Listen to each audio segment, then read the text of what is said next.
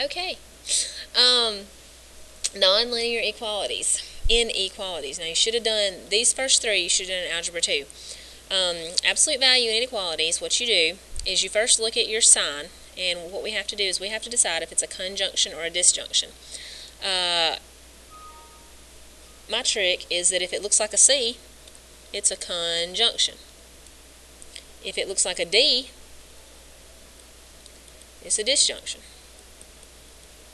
And if it's a conjunction, it's connected with the word and. If it's a disjunction, it's connected with the word or. And the reason is because I'm either going to give you dis hand or dis. What's in this hand or what's in this hand. You get this or this, not both. Okay, so this is going to be a conjunction. I'm going to connect it with the word and. So what I do is I do 4x minus 10 is less than or equal to 6. I write and then I write 4x minus 10. I switch my symbol and my sign. Okay, and then I just solve them like normal. So 4x is less than or equal to 16, divide by 4, x is less than or equal to 4.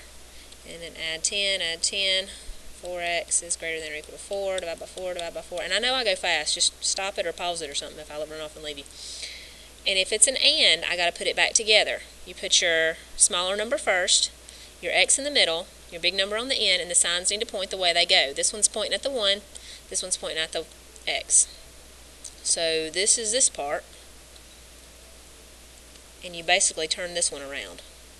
There. This one, is it going to be a conjunction or a disjunction? It looks like a D. It's a disjunction, so it's going to be a or. So first thing I need to do is isolate my absolute value. So select greater than 4.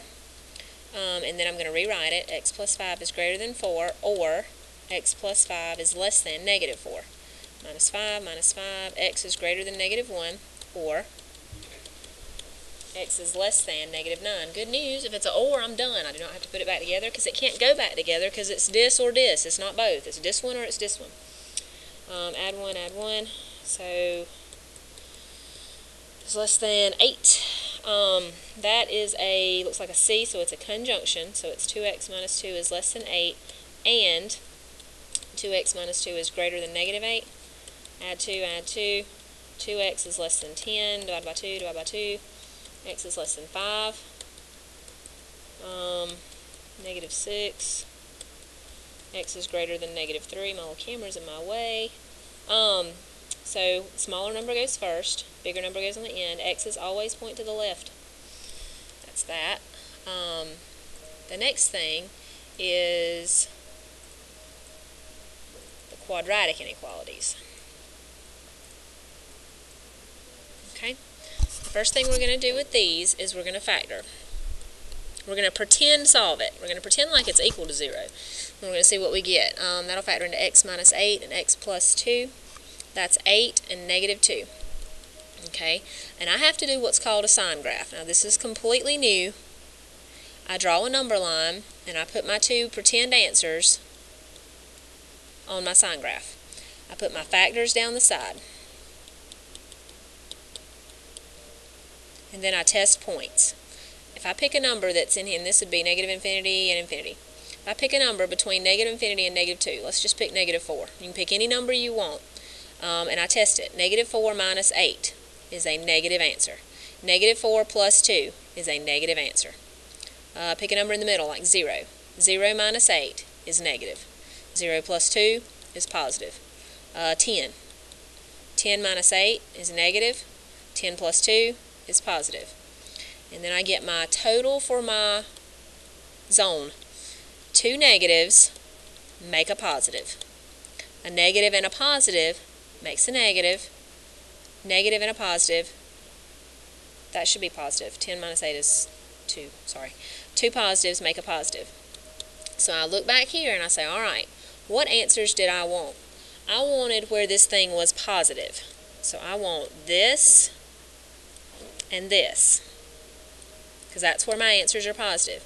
The way I write it in interval notation is just like that. I just bring them down into my parentheses. Let's do another one. First thing is factor it, x plus 3, x minus 2. Pretend solve, x equals negative 3 and x equals 2. Pull it down onto my sign graph. Negative 3 comes before 2. X plus 3 and x minus 2. Okay. Pick a number. Negative 4 would be negative and negative. 0 would be positive and negative. 3 would be positive and positive. So two negatives make a positive, negative, positive. This time though, and let me go ahead and put my negative infinity and my infinity. This time I want where it's less than 0. Less than 0 is negative answers. Are negative answers. I'm not sure. So I just want my negative, so that's my only answer. Okay, let's go ahead. Let's go ahead and look at some where they're not just quadratic. We're going to do the exact same thing. First thing we're going to do is we're going to factor it. It'll be x squared plus 2x minus 3, and that's x plus 3, x minus 1. So I actually have three answers: 0, negative 3, and 1. Okay, I'm going to put that on a sign graph.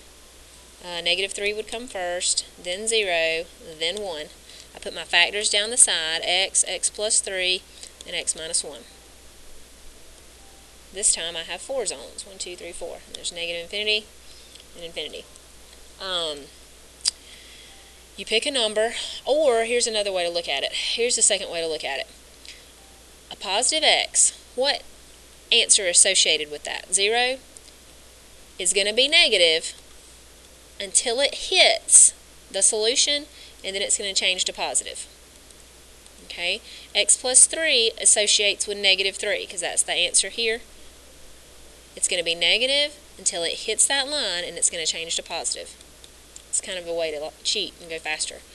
X minus 1 is going to be negative until it hits the solution associated with it. So it's going to be a negative until it gets here, and then it's going to change to positive. I'm going to go next. So 3 negatives make a negative, 2 negatives make a positive, 1 negative makes a negative, 3 positives make a positive. What answers do I want? I want my positive answers because it's greater than 0. That's here and here. So my answer is negative 3 to 0 and 1 to infinity. The remainder of this is going to be on nonlinear inequalities part 2. Because I don't want my video to be so big that it won't download.